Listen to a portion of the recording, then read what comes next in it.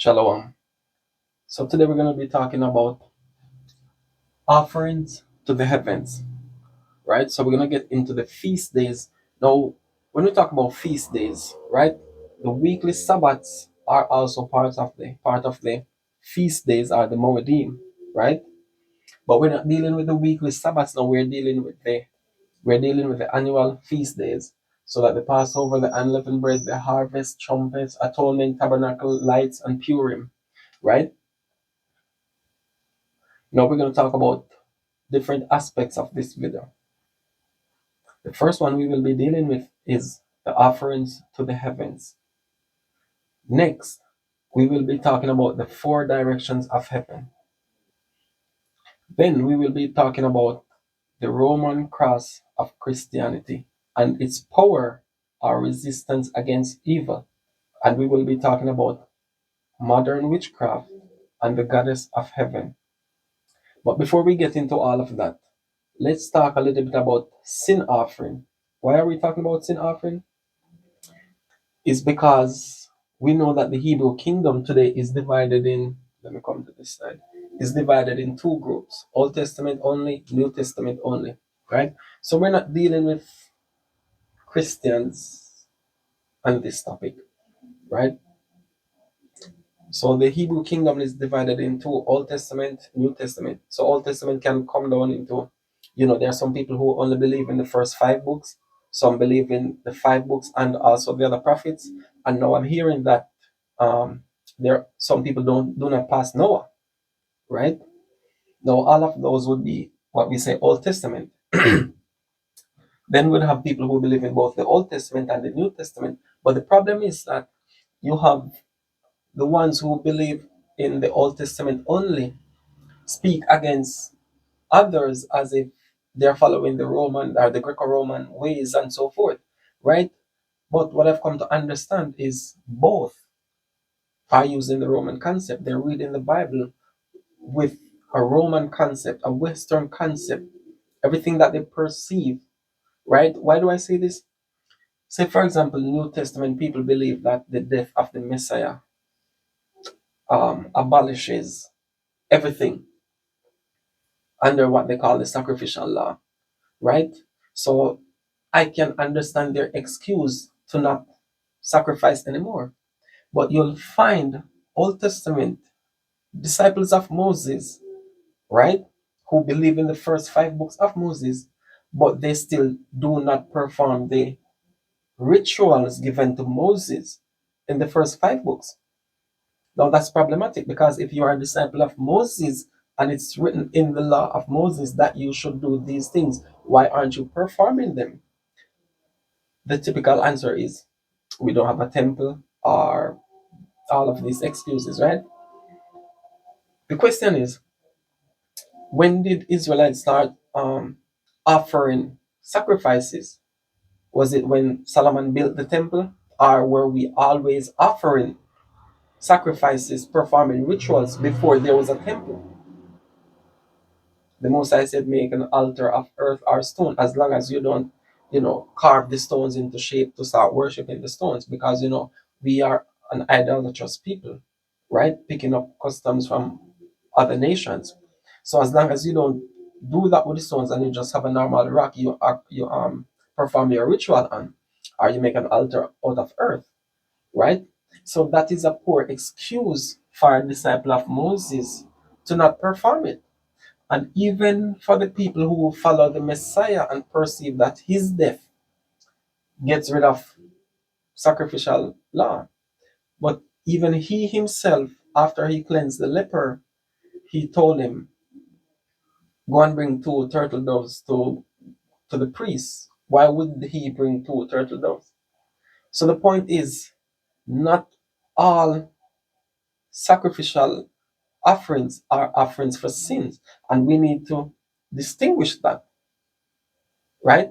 So when you get into the annual feast, none of this has anything to do with sacrifice for sin. None of this has anything to do with sin offering. These are feast days, right? Well, you might be saying, what happened to the Day of Atonement? The Day of Atonement is not a sin offering, right? Now, understanding from the standpoint of a ritual, right?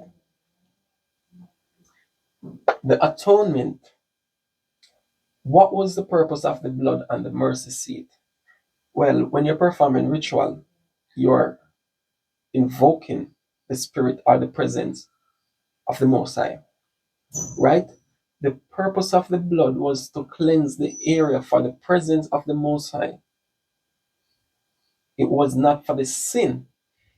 The scapegoat was the one that go away with the sin of the people, not the blood that is poured on the mercy seat. So we have to understand ritual, and this is why we as a people need to come back into the understanding of our culture, because the Romans came and took away our culture. So whether you are Old Testament only, whether you only believe in the first five books, whether you believe in all the Old Testament, whether you only believe up until Noah, if you are not performing your Hebraic rites, you are still under the Roman concept, using temples as an excuse when the scripture told us build an altar of earth or stone, as long as you don't, right? No, still on sin offering. Like I said, not all offerings have to do with sin. For example, the law of childbirth. The law of childbirth. When you give birth, you still perform the ritual, right? So that has nothing to do with sin. So what would be your excuse not to do your turtle doves ritual after you give birth? That has nothing to do with sin. Now, again, let us go to what the man himself said. So, this is the book of Matthew, chapter 5 and 17. It says, think not that I am come to destroy the law or the prophets. I am not come to destroy, but to fulfill. So, if he says he did not come to destroy, how are we using him as an excuse to say we should not perform the continual rituals that were given to Moses? This is the book of Matthew, chapter 8, and verse 3. It says, and Jesus put forth his hand. Okay, let me start from verse 1. It says, when he was come down from the mountain, great multitudes followed him, and behold, there came a leper and worshipped him, saying, Lord, if thou wilt, thou canst make me clean. And Jesus put forth his hand and touched him, saying, I will, be thou clean. And immediately his leprosy was cleansed. And Jesus saith unto him, see thou tell no man, but go thy way, shew thyself to the priest, and offer the gift that Moses commanded for a testimony unto them. So even he himself embraces the rituals given to Moses. What is he showing? Obedience. So the Messiah did not come to go against Moses.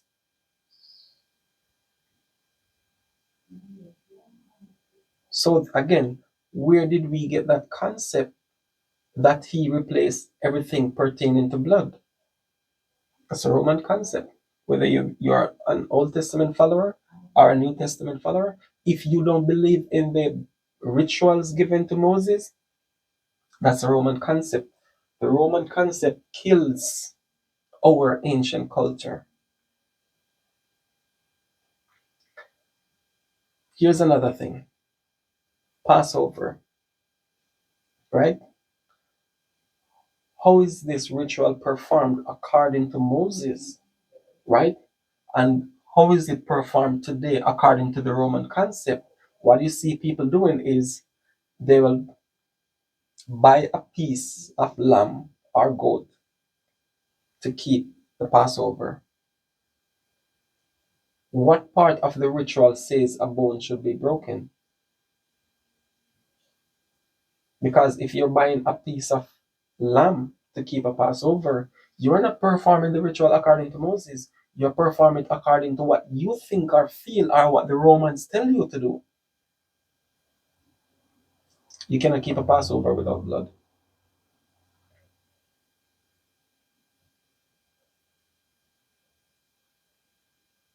That's why it's a memorial. That's how you commemorate it. So when the children look and see, they can say, you can explain to them what is it for.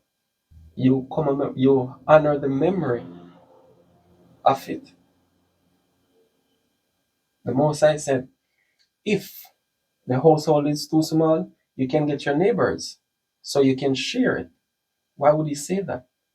He didn't say that if your household is small, you should just get a piece of lamb, you get a leg here or a leg there. No, he says a bone should not be broken. And ritual has to be performed in specific ways,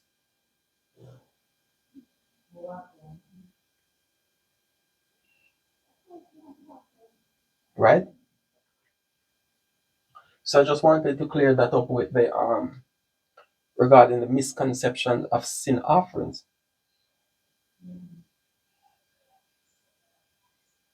So now we can get into the practical knowledge of the offerings to heavens, right? Now this diagram is like a representation of the heaven. I cannot do it any better, right? So here, this point, at this point, we have the starting of the yearly cycle, right? So when the sun, these four parts, we're dealing with the sun. When the sun reaches to this point, which is 0 degrees, meaning it's in the center of the sky. It's not towards the north or towards the south. It's in the center, right? When it reaches here, the new moon that follows, the first new moon that follows, would be the starting cycle, right? Now, what you'll understand is all of these directions carry a, a ritual for the Most High. Starting here, the first moon, what do we have? The Passover.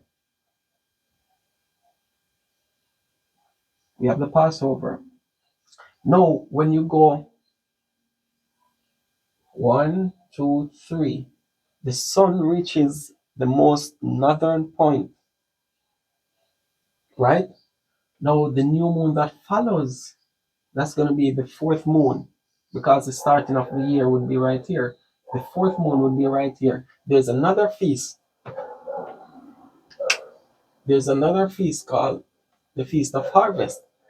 It happens here, right?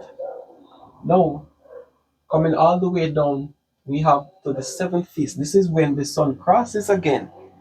So what you see is that the sun did 6 months in the northern hemisphere.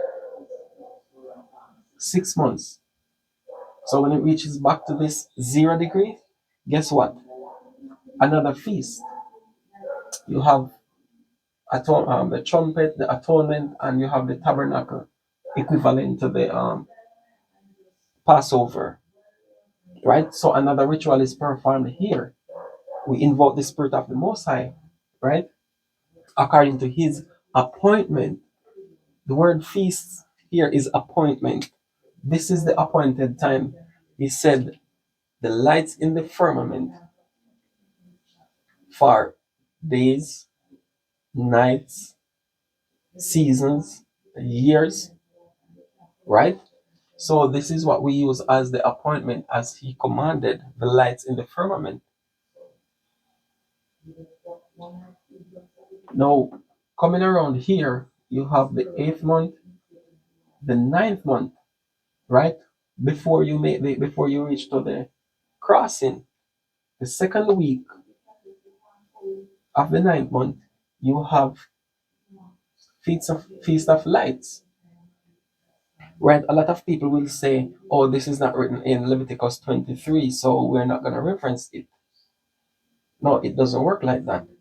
What you have to understand is the event first has to take place, then the feast is recognized. For example, Adam, Abraham, Noah, they wouldn't be keeping the Passover because the event would first have to take place. So it's the same way they wouldn't be keeping the Feast of Lights because the event for it has not yet happened. When it happens, then it becomes you keep a memorial of it, but you cannot keep a memorial for something that has not happened yet. That would make sense, right? Now, Purim, another event, the destruction of our enemy, right? So, meaning breaking peace, right? So the forces that came up against, Mordecai and Esther and so forth, even though they destroyed them on the 13th day of the 12th month, it was reverenced on the 14th and the 15th, right? And as you know, the 15th day is always on a weekly Sabbath, which makes that Sabbath a high day, right? When the feast days fall on the weekly Sabbath, the seventh day Sabbath, it's a high day, right? So the 14th and the 15th is reverenced as Purim. How did the Most High confirm this? The destruction of, what's his name, Nicanor in the Maccabees, right? When Judas destroyed the enemy, right? So he was destroyed also on the 13th. So they got rest from the Most High. So all of these are appointments in the heavens. Now we're going to get into the four directions, right? Like I said earlier, of the heavens, you have the east and the west, you have the north and the south, right? So in the center here, I have 0 degrees of the heavens. So from the center to the eastern horizon, you would have like a 90 degrees. Center to the northern horizon, 90 degrees. Same to the west and same to the south, right? So let's say from here to here, 90 degrees, from here to here, 90 degrees, from here to here, 90 degrees, here to here, 90 degrees. So you'd have a total of 360. Now, when you're dealing with the movement of the sun, when it starts here would be 0 degree at the center of the sky, would be 0 degrees, and it does a complete revolution. So that would be 180 degrees. 180 degrees in the northern hemisphere, giving us two seasons, spring and summer. Spring is starting from here all the way up there. And that's when you start to get the ice melting in places like Canada and so forth, right? The beginning of spring doesn't always mean that the ice start melting. It might be melting in other areas, but Canada is further north, right? So it takes a little bit more time. So it spends all this time here in the northern hemisphere. We have spring and summer.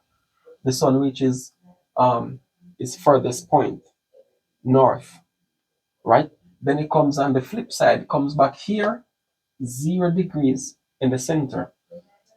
And it does the same thing, the same cycle here, except the seasons flip because the north is the polar opposite to the south. So if you're having summer in one place, you're having winter in the opposite, right? If you're having spring in one place, you're having autumn in the opposite. And that's how it works. Two sides in the midst of the street on either side.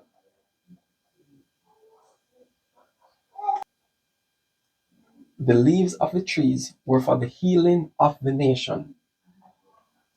So you would call on the heavens when you're dealing with healing, and it works for anyone, right? So this is why you have the elements. This is why you have the four directions. And as you can see here, this gives us the shape of this,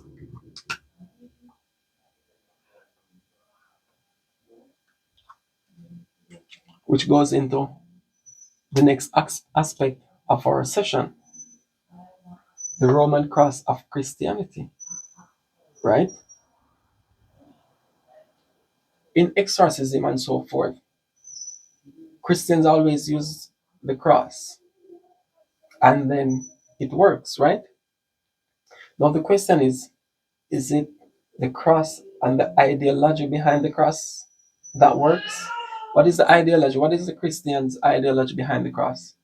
The Messiah was crucified on it. Can we be honest with ourselves a bit? Did the Messiah really crucified on a cross or on a tree? This is this is the book of Acts chapter 5 and verse 30. It says, "The God of our fathers raised up Jesus, whom ye slew and hung on a tree." The book of Acts chapter 10 and verse 39. "And we are witnesses of all things which he did both in the land of the Jews and in Jerusalem, whom they slew and hung on a tree." So, where did we get the concept of the cross from? The four directions is a powerful resistance against evil. So it is not the object of the cross itself, it's because it has the four direction representing the four elements. And when you're dealing with spirit, that's what you deal with, the four directions, the elements. Now, this is a beautiful deception that was used against Christians and also us when we were in Christianity, if you were in that religion, right? What's the deception about this? You just see a cross that you believe the Messiah died on. But the truth is, this is a representation of this vertical thing. It represents the male phallus. This vertical thing represents the female, right? Now, what if you were to put a little circle up there?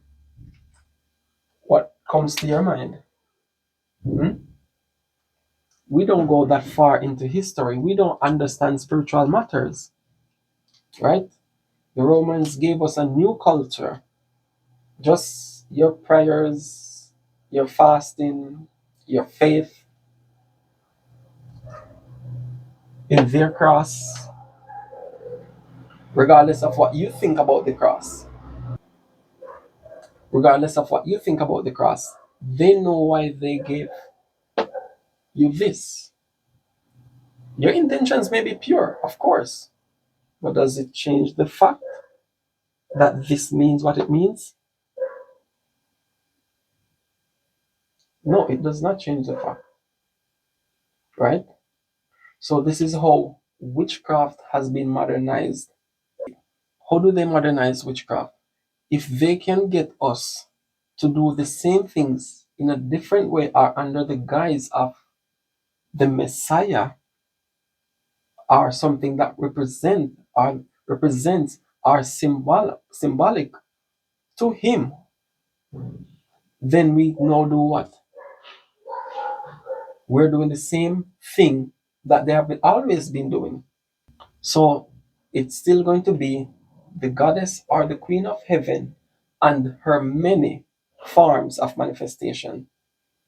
So whether you call it Artemis, Diana, Ishtarte, Hecate, Aphrodite, they're all the same. But those names are old. They're so old that they don't exist anymore. You know what is the name that we all know today?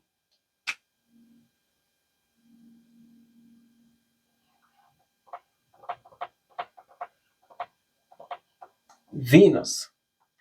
Sounds familiar?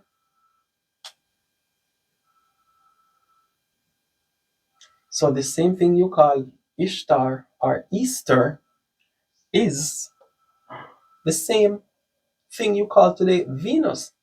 And guess what? You remember this feast that happens here when the sun comes back to the center of the heavens and the first moon comes? What happens? When you are supposed to keep in your Passover, where you're supposed to get your kid of the goats or the lamb, absent blemish of the first year, you don't do that.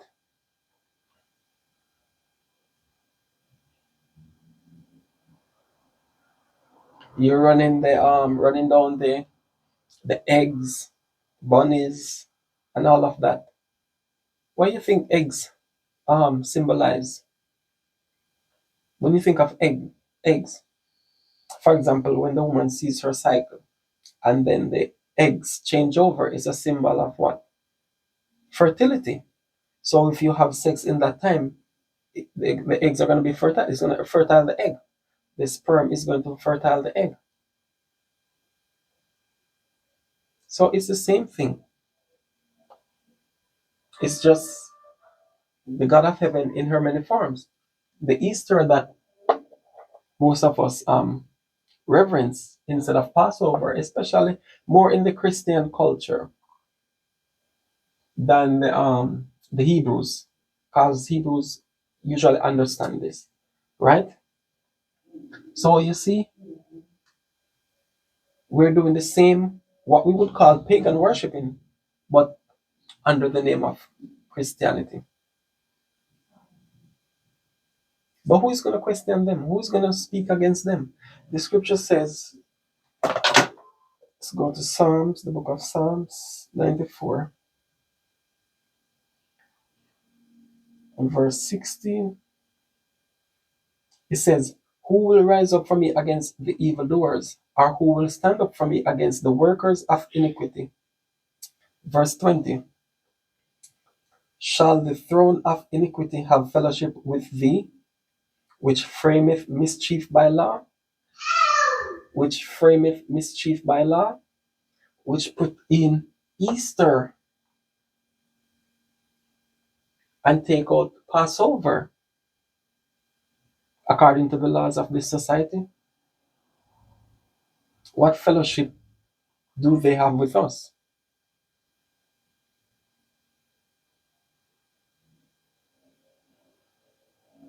Are we standing against it? No, going back to the goddess of heaven, let's go to the book of Jeremiah,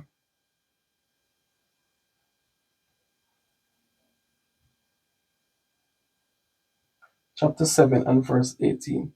It says, the children gather wood, and the fathers kindle the fire, and the women knead their dough to make cakes to the Queen of Heaven.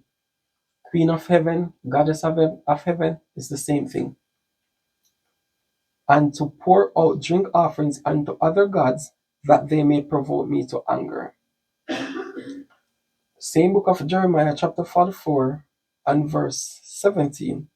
It says, but we will certainly do whatsoever thing goeth forth out of our mouth, to burn incense unto the Queen of Heaven, our Goddess of Heaven, and to pour out drink offerings unto her, as we have done, we and our fathers and our kings and our princes, in the cities of Judah and in the streets of Jerusalem, for then had we plenty of victuals and were well and saw no evil.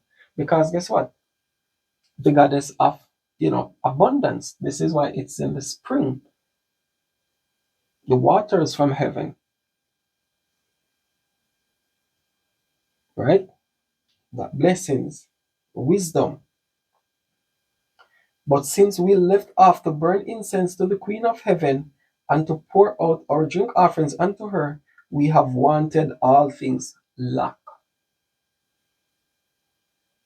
and have been consumed by the sword and by the famine. And when we burned incense to the Queen of Heaven and poured out drink offerings unto her, did we make her cakes to worship her and pour out drink offerings unto her without our men.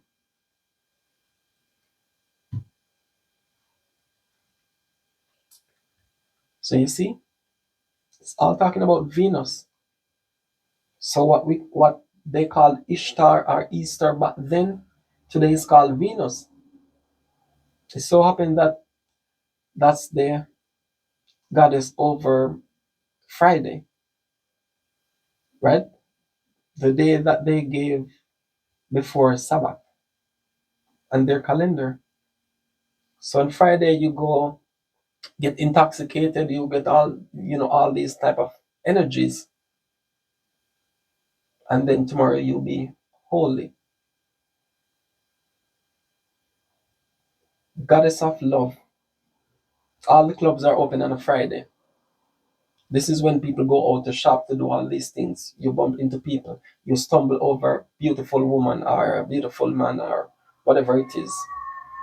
And then tomorrow you go to the church or the congregation and do your repentance. And then you repeat the same cycle every week, not realizing that there's another force intercepting. But no, you think because your intentions are pure, you can remain ignorant to something.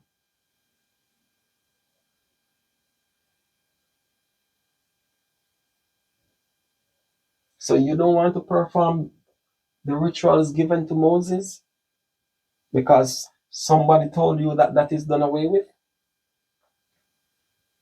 The Most High is going to leave you in the hands of whoever. He said the deceiver and the deceived are his. This is to let us know that the Messiah did not destroy what Moses, that what was given unto Moses. And it also shows the obedience to the law of Moses. So when we're using him as an excuse to not perform what we're supposed to perform, that's a Roman concept. Whether you believe in Old Testament only or not. And also, if you follow the New Testament and you believe that the Messiah was a sin offering that came to replace other sin offerings, they have nothing to do with this. These are not sin offerings.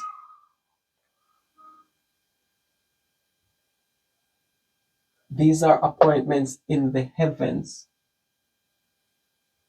And don't mind the diagram. I'm not saying the earth is a circular thing like this. I just use it in the best way that I could do the drawing and illustrate what I'm illustrating. Right? So I hope this gives some clarity and understanding. Shalom.